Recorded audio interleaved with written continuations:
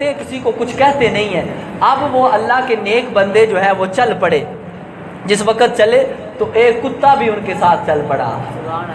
وہ کتا جس وقت ان کے ساتھ چلا نا تو انہوں نے کہا یہ کتا ہے اور یہ بھونکے گا، شور ڈالے گا اور ہم جو ہے ہمیں تلاش کرنے میں لوگوں کو آسانی ہوگی، ہم پکڑے جائیں گے۔ انہوں نے کتے کو بھگایا کہ تو پیچھے چلا جا، لیکن کتا اب ولیوں کا دامن تھام لیا ہے، واپس نہیں جانا چاہتا۔ کتے نے کہا مولا مجھے زبان دے، اللہ نے زبان دے دی۔ کتا کہنے لگا اے اللہ کے ولیوں مجھے بھگاتے کیوں ہو، مجھے پیچھے کیوں ہٹاتے ہو؟ تو اللہ کے ولیوں نے کہا کہ تو کتا ہے، تیری صفت بھونکنا ہے، تو شور مچائے گا جس کی وجہ سے ہم پکڑے جائیں گے۔ اب جو میں جملہ کہنے والا ہوں ذرا محبت سے سنیے گا۔ ولیوں نے کہا کہ تو کتا ہے، تیری صفت بھونکنا ہے، تو بھونکے گا، ہم پکڑے جائیں گے۔ کتے کا جواب سنیے۔ کتے نے کہا اے اللہ کے ولیوں ہوں میں کتا، پر ہوں بھی بھونکنے والا، لیکن اللہ کے ولیوں کو بھونکنے والا نہیں ہوں۔ سبحان اللہ۔ فرمایا کتا ہوں لیکن صفت بھی بھونکنا ہے، لیکن میں اللہ کے نبیوں کو نہیں بھونکتا، میں اللہ کے نیک بندوں کو نہیں بھونکتا۔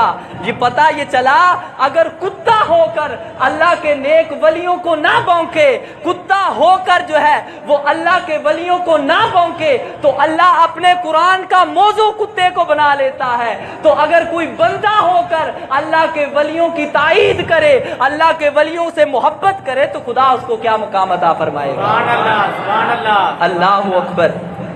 تو اسی لیے کسی نے کہا نا کہ جنوں نسبت پاکاں دی مل جاوے او جنتی ہے، جنوں نسبت پاکاں دی مل جاوے او جنتی ہے، پاویں کتا ہوئے بیٹھا کوئی غار دے بوہے تے۔ اللہ اکبر۔ انہیں کیا نام ہے بھونکا، نام ہے چونکا، نام ہے شور مچاواں، سنگ ولیاں دے رل کے سیدھا جنت جاواں۔ سبحان اللہ۔ کہہ لگا اللہ دے ولیوں میں ہاں کتا لیکن ولیاں نو بھونکن والا نہیں۔ اللہ اکبر۔ اب جو ہے وہ اللہ کے نیک بندے 300 سال تک اس غار میں ٹھہرے، اور اس غار کا جو منہ تھا وہ دونوں طرف سے کھلا ہوا تھا، اس طرف سے بھی کھلا تھا، مشرق کی طرف سے بھی اور مغرب کی طرف سے، دونوں طرفوں سے اس کا منہ جو ہے وہ کھلا ہوا تھا۔ اب سورج طلوع ہوگا تو ان کو جو ہے وہ دھوپ لگے گی، سورج غروب ہوتے وقت بھی دھوپ لگے گی، لیکن خدا نے قاعدہ بدل دیا۔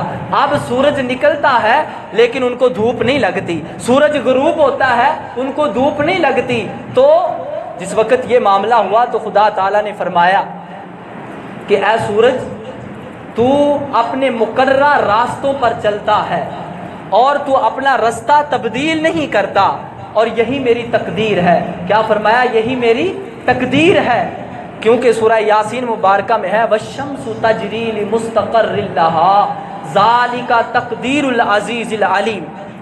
فرمایا یہ جو سورج ہے، یہ جو گشت کرتا ہے اپنے مقررہ جگہ سے، یہ اللہ کی تقدیر ہے، غالب حکمت والے کی تقدیر ہے۔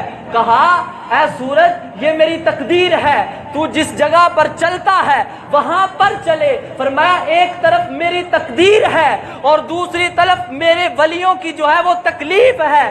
اگر تو میرے ولیوں کے اوپر طلوع ہوگا، میرے ولیوں کو دھوپ لگے گی، ان کو تکلیف ہوگی۔ فرمایا میں اپنی تقدیر کی طرف نہیں دیکھتا، میں ولیوں کی تکلیف کی طرف دیکھتا ہوں۔ فرمایا اے سورج میری تقدیر کو بدل دے، اور آج سے جو تو نے طلوع ہونا ہے تو میرے ولیوں سے ذرا سائڈ پہ ہٹ کر طلوع ہونا ہے۔